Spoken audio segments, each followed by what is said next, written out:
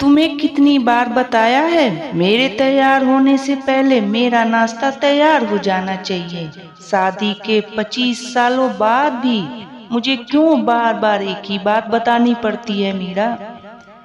तुम्हें क्या है, तुम तो आराम से घर पर रहोगी, मुझे काम पर जाना पड़ता है। तुम हो कि हमेशा बेवकूफों जैसे हरकत करती रहती हो। अगर तुम यह जानबूझकर करती हो तो याद रखना, मुझसे बुरा कोई नहीं होगा।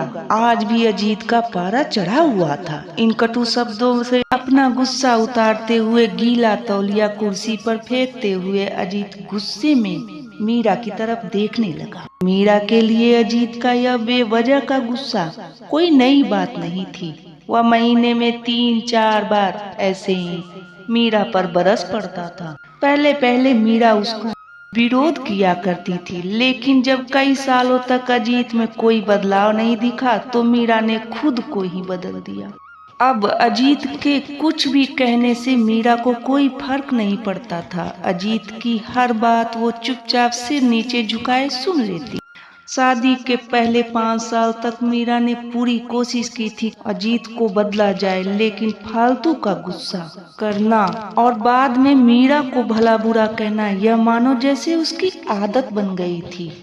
कोई भी बात विवाद होता तो अजीत सीधा मीरा को बोल देता, अगर मैं तुम्हें अच्छा नहीं लगता तो क्यों नहीं चली जाती अपने मायके, क्यों रहती हो मेरे साथ? इतना सब कुछ होने के बावजूद मीरा अजीत के साथ रहती थी, क्योंकि उसे अपनी बेटी की फिक्र थी।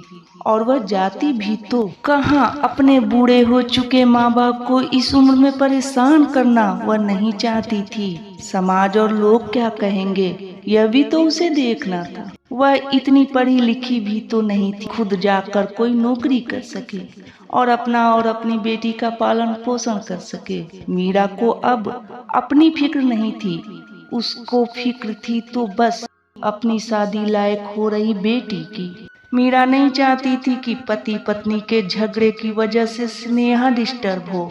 स्नेहा की पढ़ाई पूरी हो चुकी थी, उसके लिए अब शादी के रिश्ते आने लगे थे। कई रिश्तों को स्नेहा ठुकरा चुकी थी। 2-3 महीने बाद एक अच्छा रिश्ता आया। रिश्तेदारों और पहचान के लोगों ने भी लड़के के बहुत गुणगान किए थे। अजीत एक शाम अपनी बेटी के पास बैठकर उसे बताने लगा, स्नेहा बहुत अच्छा लड़का है, पढ़ा लिखा है, बड़ा घर है, बहुत अच्छी नौकरी है। ऐसे रिश्ते बार बार नहीं आते बेटा, इस बार मना मत करना। स्नेहा अपने पिता से ज्यादा बात नहीं करती थी, शायद डरती थी या शायद नफरत करती थी, लेकिन आज वो अपनी पूरी हिम्मत इकट्ठा कर बोली, मुझे अभी शादी नहीं करना है पापा, मैं नौकरी करना चाहती हूँ, खुद अपने पैरों पर खड़ी होना चाहती हूँ। हाँ तो इसमें क्या बड़ी बात है, मैंने लड़के से बात की है, वह तुम्हें किसी बात के लिए नहीं रोकेगा। तुम शादी के बाद भी नौकरी कर सकती हो, वह तुम्हें नौकरी के लिए परमिशन दे देगा। अजीत बोला, मेरा नौकरी करना या ना करना उसकी परमिशन पर क्यों डिपेंड रहेगा पापा? स्नेहा ने पूछा। मैं कह रहा हूँ ना, तुम्हें किसी भी चीज की कमी नहीं होगी वहाँ। ऐसे रिश्ते बार बार नहीं आते, इसे ठुकरा मत, बहुत खुश रहोगी तुम वहाँ। अजीत बोला, पापा क्या मैं उतनी ही खुश रहूंगी जितनी मम्मी इस घर में खुश है? स्नेहा ने तंज कसते हुए कहा, आज तुम्हारी जुबान कुछ ज्यादा नहीं चल रही? अजीत गुस्से से आंखें बड़ी करते हुए बोला, पापा मुझे शादी नहीं करनी है, क्योंकि शादी के बाद अगर वह लड़का आपके जैसा निकला तो मैं क्या करूंगी? मुझे आपके जैसा जीवन साथी नहीं चाहिए जो बिना बात के मुझ पर हमेशा चिल्लाए। मुझे कुछ भी अपनी पसंद का लेना हो तो 10 बार सोचना पड़े, कहीं वह नाराज ना हो जाए। मेरी तबीयत कैसी भी हो उसे परवाह ना हो। रोटी थोड़ी सी मोटी बन जाए तो घर सर पर उठा ले, उसकी चेक बुक ना मिले तो वो मेरा ही दोष निकाले, और हर छोटी मोटी बात पर मुझे मायके जाने के लिए कहे। स्नेहा अपना दिल खाली करते हुए पापा से सब कह दिया।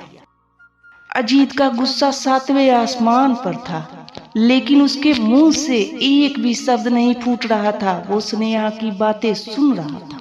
स्नेहा उतना ही बोलकर चुप नहीं हुई। आज पहली बार वह अपने पापा के सामने इतना कुछ बोल रही थी। पापा, आपने माँ के साथ हमेशा गलत व्यवहार किया है। आप अपने ऑफिस का गुस्सा बिना सोचे समझे माँ पर उतार देते हैं। कभी इस बात की परवाह भी नहीं करते कि उन्हें कैसा लगता होगा। आपकी बातें सुन सुन माँ ने अपना स्वाभिमान खो दिया। अजीत आज पहली बार अपने किए बर्ताव को महसूस कर पा रहा था। वो इतना ही बोल पाया, जो तुम्हारा मन है वो करो, मैं तो इतना बुरा हूँ ना। स्नेहा ने अजीत का हाथ पकड़ा और बोली, पापा, मुझे सिर्फ एक सवाल का जवाब दे दो। क्या आप चाहेंगे कि मेरा पति आपके जैसा हो? अगर आपका जवाब हाँ है तो कर दीजिए मेरा रिश्ता आज ही, और ना है तो मुझे आत्मनिर्भर बनने दीजिए। अजीत कुछ भी ना बोल पाया और वहां से चुपचाप बाहर चला गया। आज उसे मीरा के सामने जाने में शर्म आ रही थी। चलते चलते उसकी आंखों से आंसू बह रहे थे। अजीत ने आज से अपने आप को बदलने का निश्चय किया। अगले दिन से मीरा ने अपने पति में काफी बदलाव देखा। वो सोचने लगी, जो हिम्मत स्नेहा ने दिखाई, वो हिम्मत अगर मैं पहले दिखा देती तो शायद आज परिस्थिति कुछ और होती। अब स्नेहा पढ़ लिख कर अच्छी नौकरी करने लगी थी और 3 साल बाद उसके लिए एक अच्छा रिश्ता आया। और उसकी विदाई पर अजीत बोला, बेटा, तू हमेशा खुश रहेगी क्योंकि तेरा पति तेरे बाप जैसा नहीं है। अजीत की यह बात सुनकर मीरा और स्नेहा की आंखों में आंसू बहने लगे। हमारे समाज में औरतों को भले ही देवी का दर्जा दिया जाता है, लेकिन वह स्वतंत्रता नहीं दी जाती जो उन्हें देनी चाहिए। उन्हें बचपन से यही बताया जाता है कि वह पराया धन है। स्कूल से आने में देर हो जाए तो पिटाई मिलती है। मोबाइल पर बातें करते हुए दिख जाएं या खिड़की से झांकते हुए दिख जाएं तो शक किया जाता है। माँ बाप का घर तुम्हारा नहीं है, पति का घर ही तुम्हारा है।